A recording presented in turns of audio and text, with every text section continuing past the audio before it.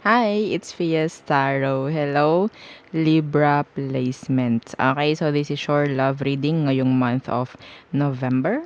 The person on your mind. Okay, so syempre before tayo mag-start, kung hindi ka pa nakakapag-subscribe, please do subscribe and hit the notification bell para lagi po tayo maging updated sa mga mangyayari pa lang. Okay, and yeah, don't forget na mag-follow sa atin pong FB page. And kung meron pong tanong pagdating sa private reading, you can message me sa akin pong FB page for more info. Okay? So, that is Fias Tarot. Okay, and sa aking friend, ito ang kanyang FB page. Kung gusto nyo rin na magpa-reading sa kanya, yes, nagre-reading yan. So, message nyo lang siya. Nasagot naman yan. Oo, I don't know. Yeah, available naman yan as always. Okay? So, sino nga? Si Perception of Light. Okay? Oo. So, yeah. Let's start Libra placements. Okay, so who's the person on your mind? Anong meron? The person on Libra's mind. Anong meron sa kanya? Okay. So, kuha tayo. Ano bang meron sa taong yan? Iniisip mo para malaman mong siya to. Okay. So, the Ten of Cups. Okay, and the Four of Cups. Iniwan ka niya. Yeah, the world in reverse. Tumawa pa. Okay. So, meron ditong unfinished business, no? Pwedeng itong taong to pinasaya ka, pinasaya mo, mga ganyan. Oo, like, and then suddenly, biglang nawala, biglang naglaho. Yeah. Some of them mahilig mag-overthink. Pwedeng water sign, Cancer, Scorpio, Pisces. Okay, so the world is here. So, meron pa ring unfinished business kayong dalawa. Pasensya na po ha sa aking boses. Okay. Madalas mong iniisip or sabihin natin itong taong to, madalas kang iniisip. Okay.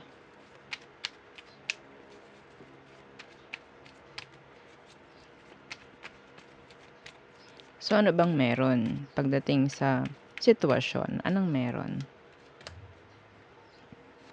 Okay. The Seven of Swords. And the Knight of Coins, Universe. Someone is sabihin nating siya mismo yung sumasabotahe sa connection. Okay, by thinking negatively sa situation. Okay, kaya nagkakaroon ng sabihin nating back and forth or on and off or hot and cold, yan, ganyan. Okay, masyado siyang mag-overthink. Para tong overthink na nilagyan ng paa. No? Oo. Okay, and yeah, may issue, some of them. Some of them may issue like childhood trauma, mga ganyan, like takot silang iwan. Okay, mga ganyan. So, yeah, I think some of them hindi sila lumaki sa maayos na family. Okay, so ang kanyang nakahagis na, this is specific ha, hindi to para sa lahat. Ang kanyang nakahagis na ay sabihin natin broken family or sabihin natin laging watak-watak sila.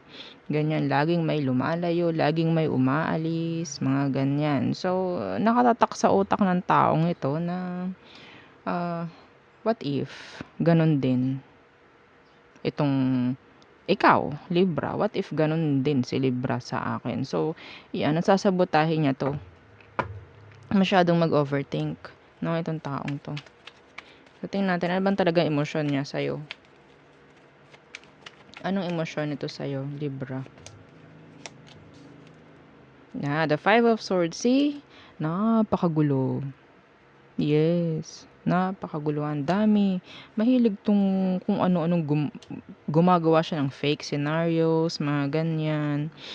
Yeah, the Five of Swords and the Three of Swords. A lot of swords. Water sign, air sign. Actually, nandito ang pinakamalakas.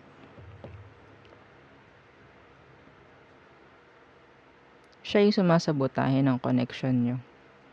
Yes. Kung hindi okay, siya ang may problem dito, hindi ikaw, Libra. Dati, maganda ang samahan, maganda, masaya. Pero habang natagal, habang nalalim yung samahan, nandiyan na siya. Like, hala, ano kaya mangyayari sa amin? Mga ganun, baka ganito, baka ganyan. So, yeah. Okay, so, hindi maganda. Kung negats itong taong to. Okay? Pwedeng ito yung umalis sa connection. Iniwanan ka, hanging. Okay? Oo, iniwan ka nito sa ere. Yeah, the 4 of coins. Wala eh.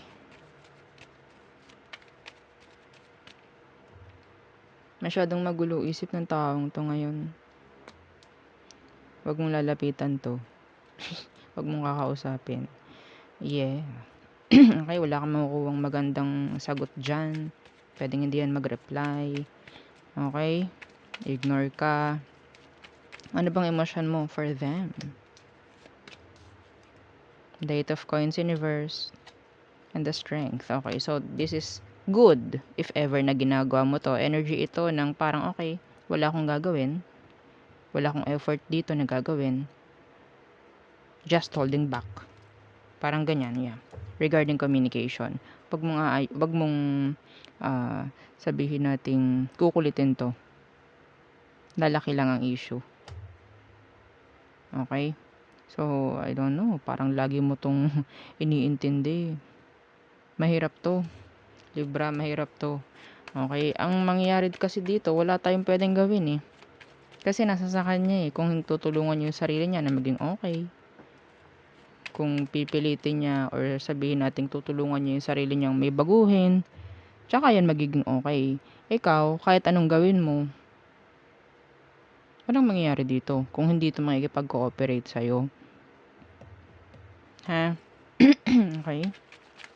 So, anong next action niya towards the situation? The Fool in reverse. And the Page. Yes. This is like a failed start. Ano bang gusto nito? Perfect. Yeah, see? The Star. Hindi ko nakikita itong taong to na masama yung intention. Okay? It's just that talagang nakaapekto sa kanya, no? I don't know. Pwedeng childhood trauma. The way they think. Mentalidad nila. Mga ganyan. Ikaw, wala ka ditong problem. Ha? Next action ng taong ito is sabihin nating sisimulan. Babalik. Okay? Pero, hindi ko pa rin nakikitang magkakaroon ng magandang resulta. Kasi ganun pa rin sila. Okay, I'm sorry. Ganun pa rin. Mangyayari dyan, siguro isang buwan, ilang linggo, babalik uli sa ganung kanyang sabihin nating mentalidad. Okay, nasa mentalidad niya eh. Yes. Anong advice for Libra?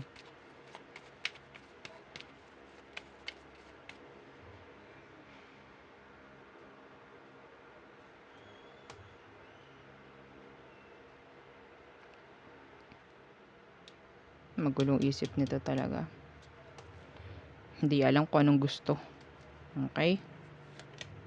Anong advice for you? Hindi mo to kailangang Hindi mo kailangan tong intindihin. Hindi mo kailangang intindihin to. Ha? The Hierophant and the Empress. Yeah. Hindi mo to kailangang intindihin. Hanggat alam mo sa sarili mo na ginawa mo yung part mo sa relationship, okay na yun. Okay na yun. Hindi mo kailangang ayusin. Okay? Hindi mo kailangang ayusin. Kung sa tingin mo, yung paglayo is makakatulong, rumespeto ka, Libra. Respetuhin mo din yung kagustuhan ng taong to.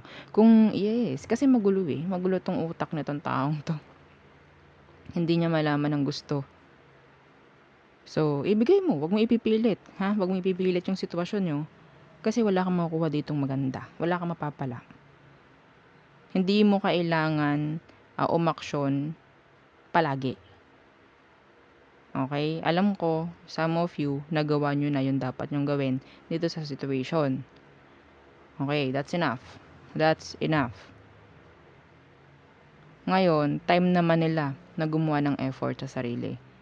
Kung hindi sila gagawa, edi wala, 'di ba? Wala.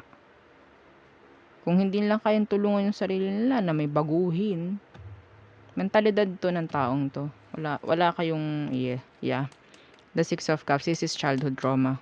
Okay? So, wala kayong ano dito, wala kayong sabihin nating kasalanan kung nagkakaganyan siya. Tandaan niyo yan, wala kayong kasalanan kung nagkakaganito 'tong taong 'to. Isa diyaan mahilig magsinungaling. Okay? Mahilig magpaikot, mga ganyan. Tapos minsan isisisi sa'yo. Wala kang problem dito. Sila ang may problema dito. Wala sa'yo. Okay? So, yeah. This is an overthinker. Hindi ko nakikita rito ha na masama yung intention ng taong to sa pakikipag-connect sa'yo. Yun lang ang nakikita ko. Pero, ang issue dito is the way how they think. Wala ka nang dapat gawin dito. It's up to them kung susolusyonan nila yun. Okay? Yung sarili nila. Wala tayong magagawa. Wala tayong pwedeng ipilit dito. Hindi natin pwedeng ipilit, "Hoy, dapat maging ganito ka." Wala, hindi pwede yun. Okay? Hindi pwede yun. Nasa sa kanya na lang yung magiging sabihin nating resulta sa kung anong meron sa kanila ngayon. Mahirap to. Okay, hindi tayo pwedeng magsabi na ganito gawin mo, ganito ang gawin mo. Pwedeng ginawa mo na yon noon, and that's enough. Kung walang nagbago sa kanya, problema na lang yun. Okay? So, tayo tumungo sa all signs, Aries through Pisces. Aries, okay, wanting a connection. Taurus, want to come back. Gemini, they're moving on. Cancer, they want to fix things. Okay? Ayaw nila ng drama, ng conflict. Leo, back and forth. Okay? Virgo, holding back. Libra, indecisive. Scorpio, unavailable pagdating sa love, sa emosyon niya. Some of them manggagamit or ginagamit nila yung emosyon mo. Sagittarius, okay, so I guess stability ang gusto nito. Okay? Capricorn, pwedeng they are needy. Aqua, so changes ang gusto ni Aqua. Pisces, no improvement. Okay? No progress at all. So, yun po ang ating reading for Libra placement. So, thank you. Bye!